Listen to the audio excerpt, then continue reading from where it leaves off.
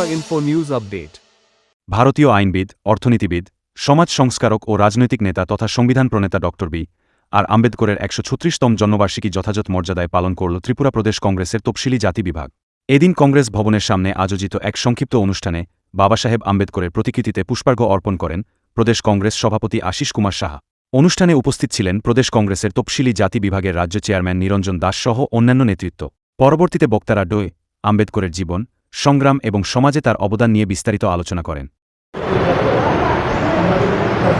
Doctor ভীমজি রাও রামজি আম্বেদকরের জন্মজয়ন্তীতে ত্রিপুরা প্রদেশ কংগ্রেস ও ত্রিপুরা প্রদেশ কংগ্রেসের তফসিলি জাতি বিভাগ,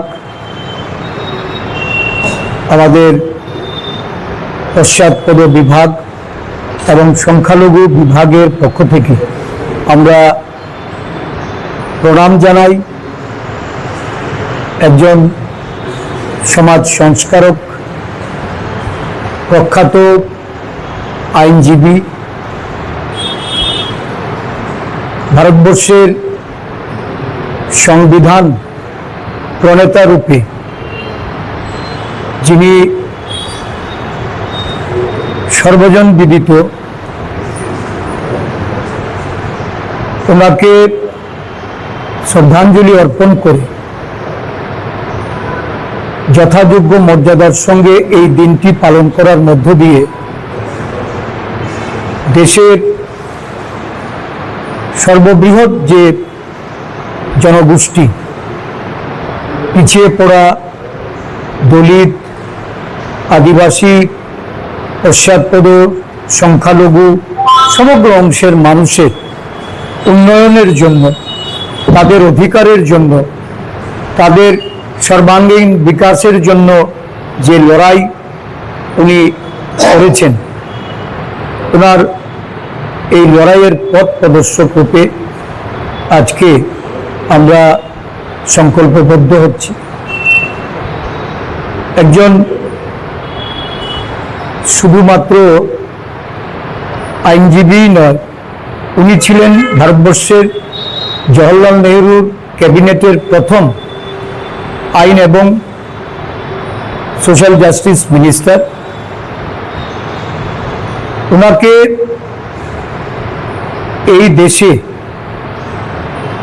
অস্পৃশ্যতার বিরুদ্ধে লড়াই করতে হয়েছে। ওনার দীর্ঘ সংগ্রামের ফলস্বরূপ সমাজের বুক থেকে এই আনটাচেবিলিটি, যে অস্পৃশ্যতা, এটাকে রোধ করা, পিছিয়ে পড়া দলিত, পশ্চাৎপদ অংশের মানুষের তাদের জীবনযাপনের ক্ষেত্রে একটা নতুন দিশা উনি দেখাতে সক্ষম হয়েছে। বর্তমান ভারতবর্ষে জাতিগত জাত গণনার জন্য জাতীয় কংগ্রেসের দাবি মেনে ভারত সরকার এই জাত গণনা করতে স্বীকৃত হলেও তাদের অধিকার, তাদের যে ন্যায্য প্রাপ্তি,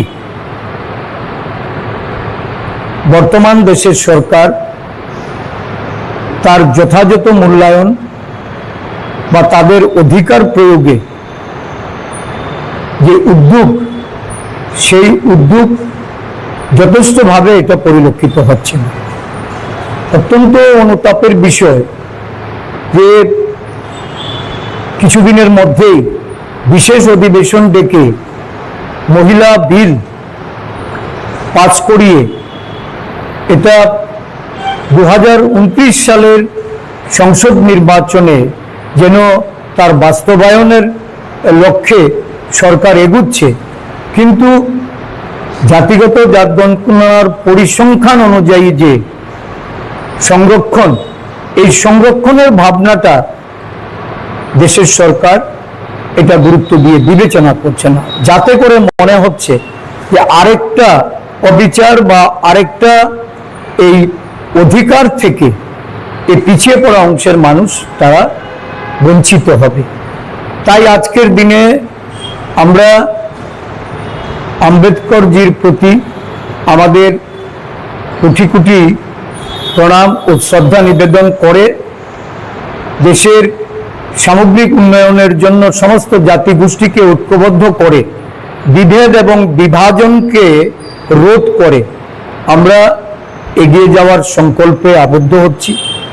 আমাদের মধ্যে উপস্থিত আছেন আমাদের রাজ্য তফসিলি জাতি বিভাগের চেয়ারম্যান নিরঞ্জন দাস, আমাদের ওবিসি ডিপার্টমেন্টের চেয়ারম্যান মনোরঞ্জন দেবনাথ, আমাদের সংখ্যালঘু ডিপার্টমেন্টের চেয়ারম্যান রুহুল আমিন, আমাদের প্রদেশ কংগ্রেসের সহসভাপতিদ্বয় শ্রীযুত শান্তিরঞ্জন দেবনাথ এবং শ্রীমতী পৃথা দেব, আমাদের বিভিন্ন শাখা সংগঠনের নেতৃত্ব, আমাদের তফসিলি জাতি এবং ওবিসি সংগঠনের নেতৃবৃন্দরা সকলে উপস্থিত হয়ে ওনার জীবনাদর্শন নিয়ে এখানে আলোচনা করবেন।